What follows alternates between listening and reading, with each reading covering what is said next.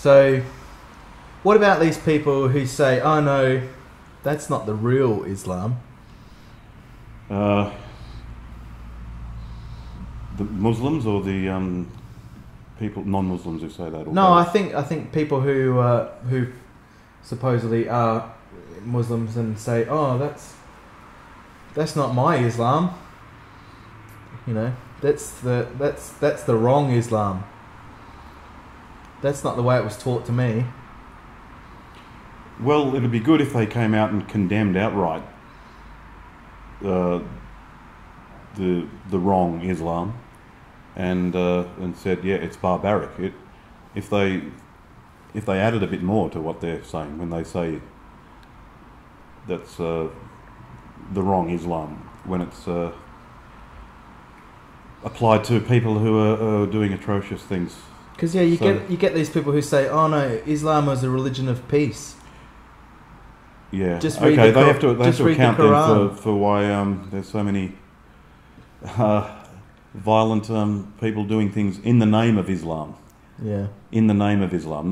There's plenty of people who are cricketers who do violent things. People of atheists who do violent things. How many Buddhists do things in the name of Buddhism? But we've covered that.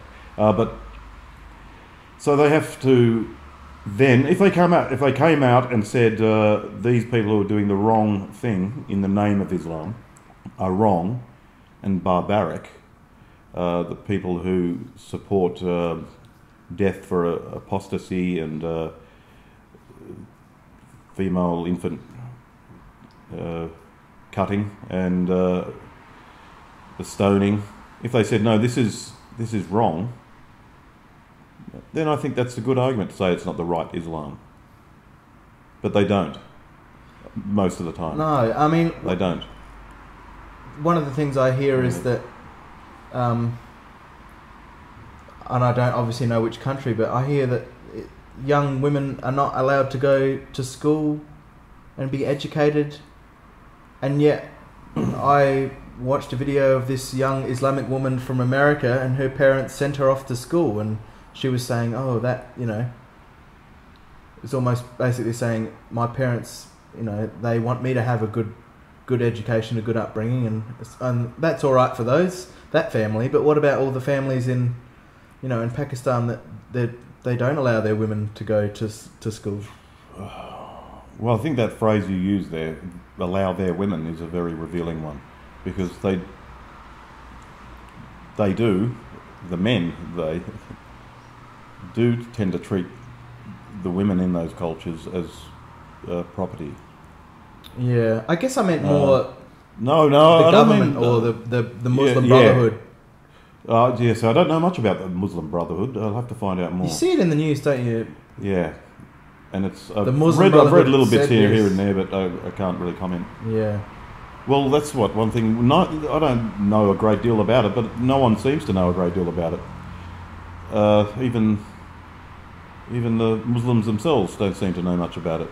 But there's 1.2 billion or more, and there's different brands of Islam. I only know the Sunni and the Shia, and then there's a mystical, the Sufis, I think they're called. Yeah. Or I'm not sure how it's pronounced, but Sufis. But, and I'm not sure if I'm pronouncing the name, Ayaan Hirsi Ali. Yeah. She obviously was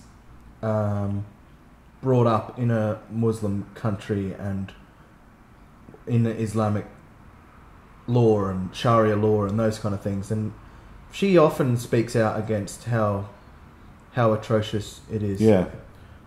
And these people who say, "Oh no, but Ayaan Hirsi Ali, she was brought up in Somalia. That's not the real Islam. That's some terrible imams doing terrible things over there in Africa." Then her family moved to Saudi Arabia, and she wrote about that too. So the apologist going to say the I think it's Wahhabi Islam. That's not the real Islam either. Yeah. In Saudi Arabia. So there tends to be a pattern here. Whenever there's something that goes wrong with Islam, it's not the real Islam. It's a rather convenient form of argument, isn't it? Yeah. Or at least sophistry. Yeah. So the question is, what is the real Islam? Yeah.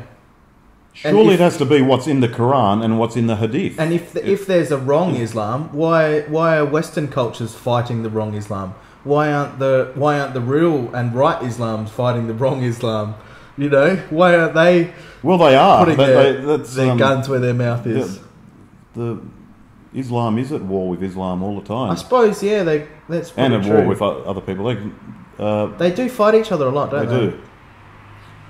But that would be more like civil war. That wouldn't be over theistic. No, I think it is. Values, would it?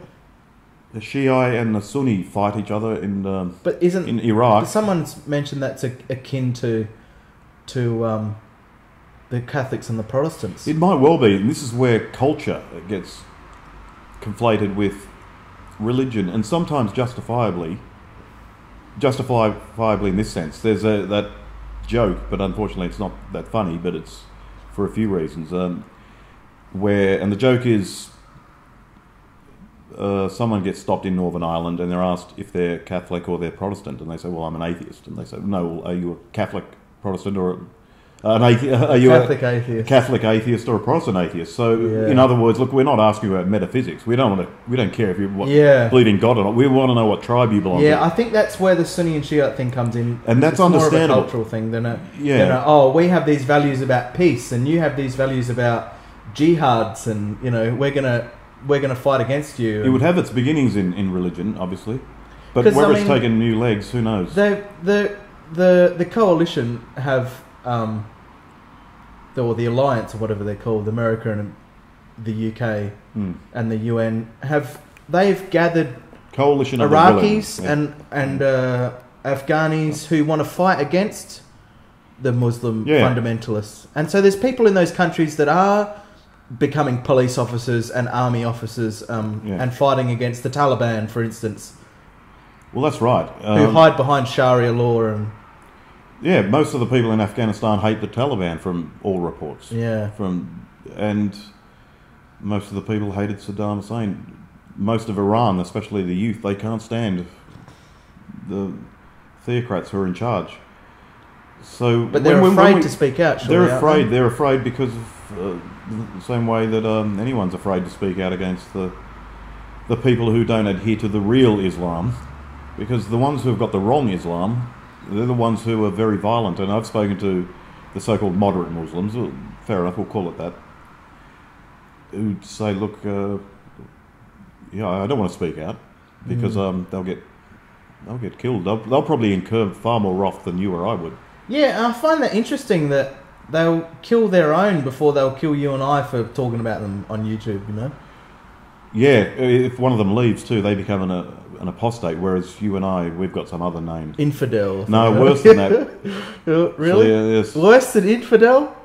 Oh, it's connected to infidel. It's we're going to hell because Allah has willed it. Yeah. Although there's other stripes of Islam where I think if we can be converted, we get spared. I spoke with you about this morning. I said that I don't mind if some religious person tells me I'm going to hell. I can deal with that, If the worst thing that's going to happen to me is that I'm going to hell, I don't mind. But someone telling you. Yeah, but if they're going to send me there in the next day or two, then I'll start to get worried. Yeah, like go there on your own time. Yeah. I want to go there. As long as I die peacefully in my bed and then go to hell, that's perfectly fine with me. I know. That's right. Just keep your views to yourself, and I got. But it's not. But it's these people. The wrong Islam. They're not keeping their views to themselves, are they? No, they're bombing the homes and the churches and the markets of Iraq and India and I'm Pakistan. glad this has come up. The wrong Islam. Yeah. We'll have to start using this phrase more. The wrong Islam. Yeah. Maybe we'll make friends with Islamists by saying it. Well, maybe. Someone told me about a quote, and I'm trying to remember it, where there's no such thing as scholars of Islam anymore. There's only Islamic scholarship. Now, I might have got that around the wrong way, but the point was no one's looking at the Quran and the Hadith in a scholarly way anymore. They're trying to put their interpretation on on why things have turned out the way they have. Again, I don't really know what I'm talking about. Oh, right. I'm not sure that's entirely my fault, because there's a lot of obfuscation going on among the Muslim community, and I can understand it because they don't want to get beheaded either. So the people with the wrong Islam, who's going to tell them that they've got it wrong? You're going to tell them? Maybe everyone should tell them, including the people with the right Islam. Well, I think the people with the right Islam, the real Islam, they're the ones who need to be the loudest. Because they hold more weight with everybody that's Islamic. Well, just come out and condemn. There are encouraging signs. When in Sydney there was a riot because of some silly movie that was made in America. Most of the rioters had said they didn't even see the movie, but they just get insulted so easily, like the cartoons in Denmark, everything easily. Yeah, and that shows a lot about their culture. But I mean, I guess if it was a Western country, there'd be a survey. You know, do you think that there is the wrong Islam, and it'd be on the advertiser, and they'd be polled, and people could vote in. But nothing like that would ever happen in one of those countries, would it? Well, the countries that are very in the dictatorial. Middle East, the Persian countries. I'm thinking of, a place like Saudi Arabia, which reminds me of getting back to Ayaan Hirsi Ali. Don't seem to be many people with the right Islam coming out and defending her. Yeah. And saying and condemning outright those who want to kill her.